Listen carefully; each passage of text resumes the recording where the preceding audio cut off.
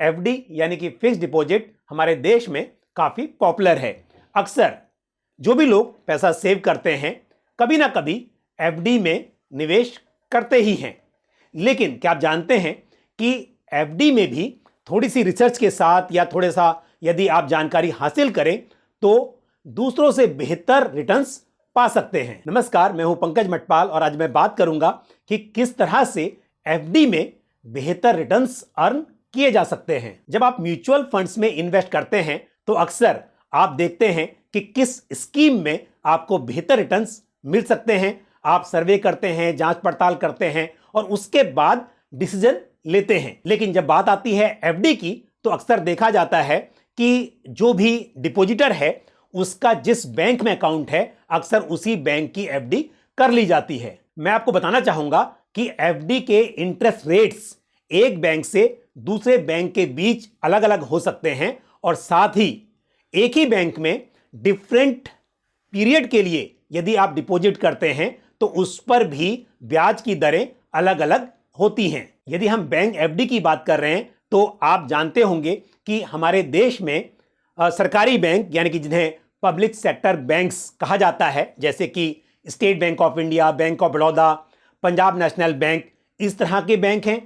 साथ ही private banks जैसे कि ICICI bank, HDFC bank, Kotak bank, इस तरह के प्राइवेट बैंक्स की चॉइस भी आपके पास अवेलेबल है। साथ ही आरबीआई ने कुछ स्मॉल फाइनेंस बैंक जो कि एक अलग कैटेगरी है बैंक्स की, उन्हें भी बैंकिंग लाइसेंस दिए हुए हैं और वहां पर भी एफडी की जा सकती है। उदाहरण के तौर पर Equitas small finance bank, AU small finance bank, इस तरह के स्मॉल फाइनेंस बैंक में भी आप एफडी कर सकते हैं। इसके बाद बारी आती है कोऑपरेटिव बैंक्स की, जैसे कि Saraswat cooperative bank, Bharat cooperative bank, इस तरह के कोऑपरेटिव बैंक्स में भी एफडी की सुविधा उपलब्ध होती है।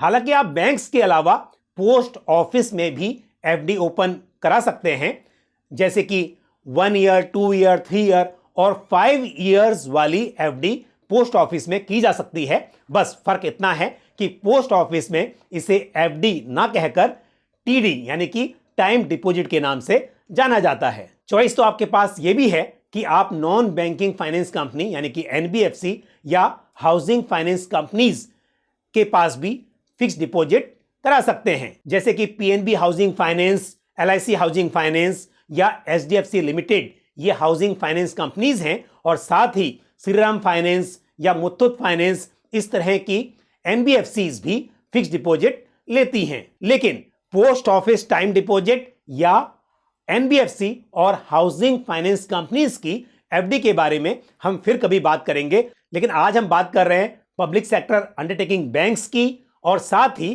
प्राइवेट बैंक्स, कोऑपरेटिव बैंक्स और स्मॉल फाइनेंस बैंक्स की। ये तो आप जानते होंगे कि बैंक्स, चाहे वो प्राइवेट बैंक्स हो या फिर सरकारी बैंक्स, वहां पर जब आप एफडी करते हैं या अपना पैसा वहां पर डिपॉजिट करते हैं तो एक बैंक में 5 लाख रुपए तक का डिपॉजिट डीआईसीजी यानी कि deposit insurance and credit guarantee corporation द्वारा इंश्योर्ड होता है। और यदि बात की जाए पोस्ट ऑफिस डिपॉजिट की तो यहां पर सॉवरेन गारंटी होती है, यानी कि यहां पर सेंट्रल गवर्नमेंट की गारंटी होती है विदाउट एनी लिमिट, यानी कि आप जितना पैसा भी पोस्ट ऑफिस में डिपॉजिट कर रहे हैं उस पर सेंट्रल गवर्नमेंट की गारंटी है। लेकिन जब बात आती है हाउसिंग फाइनेंस कंपनीज या फिर एनबीएफसीज की तो यहां पर जब आप डिपॉजिट करते हैं उस पर किसी तरह की इंश्योरेंस गारंटी नहीं होती है। लेकिन सिर्फ ये बात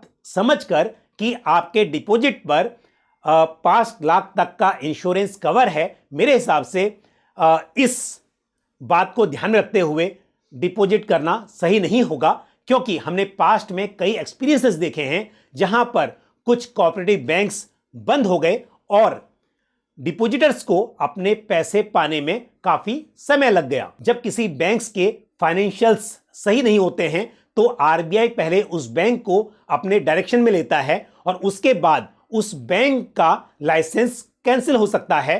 और जब लाइसेंस कैंसिल हो जाता है, बैंक बंद हो जाता है, तब ये जो इंश्योरेंस कवर है जो मैं बात कर रहा था, डीआईसीजी द्वारा जो इंश्योरेंस कवर प्रोवाइड किया जाता है, उसकी बारी आती है और इस प्रक्रिया में काफी टाइम लग जाता है। यदि मैं बात करूं कपोल कोऑपरेटिव बैंक की या फिर Punjab and Maharashtra cooperative banks की, जो कि आरबीआई के अंडर डायरेक्शन आए, और अगर हम बात कर रहे हैं Punjab and Maharashtra cooperative bank की, उसे दूसरे बैंक ने टेक ओवर किया। इस सब प्रक्रिया में काफी टाइम लगा और आज भी डिपॉजिटर अपने पैसे पाने के लिए इंतजार कर रहे हैं। तो इसलिए मेरी सलाह तो यह होगी कि जब भी आप एफडी कर रहे हो तो उसी बैंक के पास करें जहां पर आपको भरोसा है, चाहे वो सरकारी बैंक हो या बड़े प्राइवेट बैंक्स हो, यहां तक कि स्मॉल फाइनेंस बैंक्स जिनकी फाइनेंशियल पोजीशंस अच्छी हैं,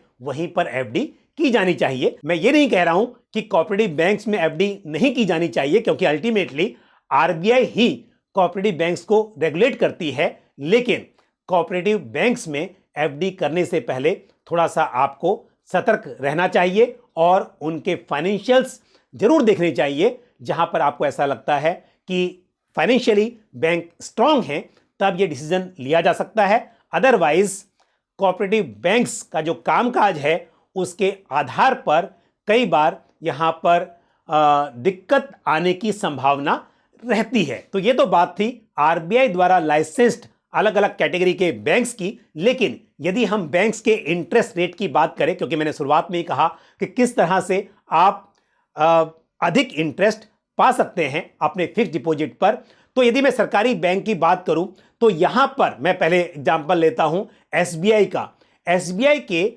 1 ईयर के डिपॉजिट पर, यानी कि 1 ईयर की एफडी पर इस वक्त पर रेट ऑफ इंटरेस्ट मिल रहा है 5.75%। एक बात ध्यान रहे कि मैं ये वीडियो रिकॉर्ड कर रहा हूं अभी मई 2023 में।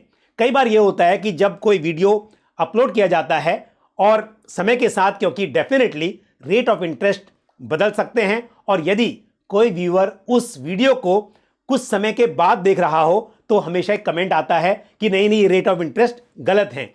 तो यदि आप इस वीडियो को कभी बाद में देखेंगे और रेट ऑफ इंटरेस्ट चेंज हो चुके होंगे तो उस वक्त वीडियो की अपलोड डेट क्या है उस पर भी जरूर ध्यान दें, क्योंकि पास्ट में ऐसे कमेंट कई बार आए हैं जब व्यूअर्स ने 1 साल 2 साल के बाद वीडियो देखा और उसके बाद कमेंट किया नहीं नहीं आपकी जानकारी गलत है। तो कोई भी जानकारी जो शेयर की जाती है वो उस वक्त जिस वक्त वीडियो बनाया जा रहा है उसके आधार पर ही दी जा सकती है। तो मैं बात कर रहा था एसबीआई की, और एसबीआई के 1 साल के डिपॉजिट का रेट ऑफ इंटरेस्ट चल रहा है इस वक्त पर 5.75%।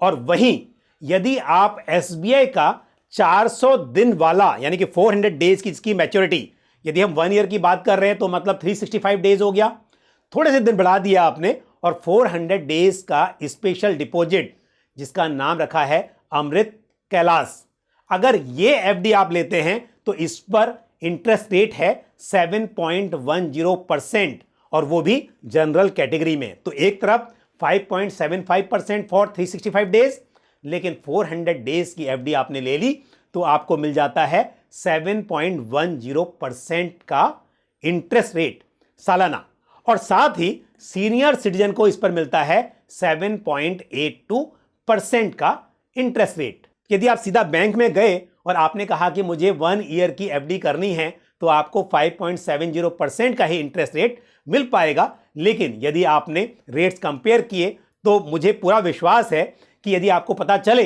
कि 400 डेज की एफडी पर 7.10% का इंटरेस्ट मिल रहा है तो आप 400 डेज की एफडी ही करना पसंद करेंगे।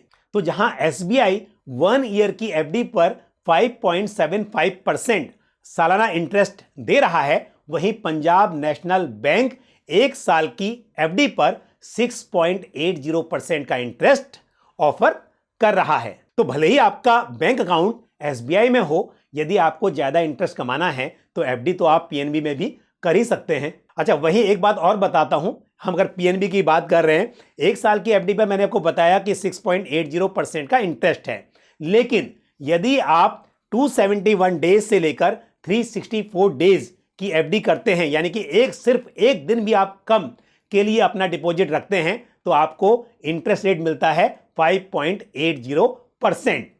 तो 364 डेज की एफडी पर 5.80 और 365 डेज की एफडी पर 6.80% का इंटरेस्ट रेट।